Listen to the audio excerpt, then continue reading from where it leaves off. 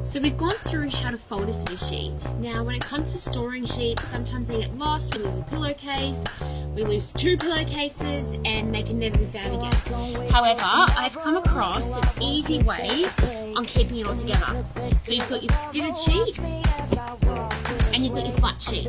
What I like to do is I grab one of the pillowcases and I just fold it in half, so it's like this, place it down on the table, and then I put the fitted sheet inside the flat sheet, so it looks like this, just like this, and then I just lay it on the centre of the pillowcase, and then I fold it. So it looks like this.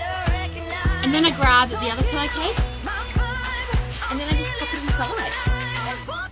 It's that easy. And then when it's inside the pillowcase, I then just fold it in half and slip it in the cupboard. So it depends on how you have your linen closet. I like to keep mine in a basket. It just keeps them all together. I know where it is, and it looks very, very tidy.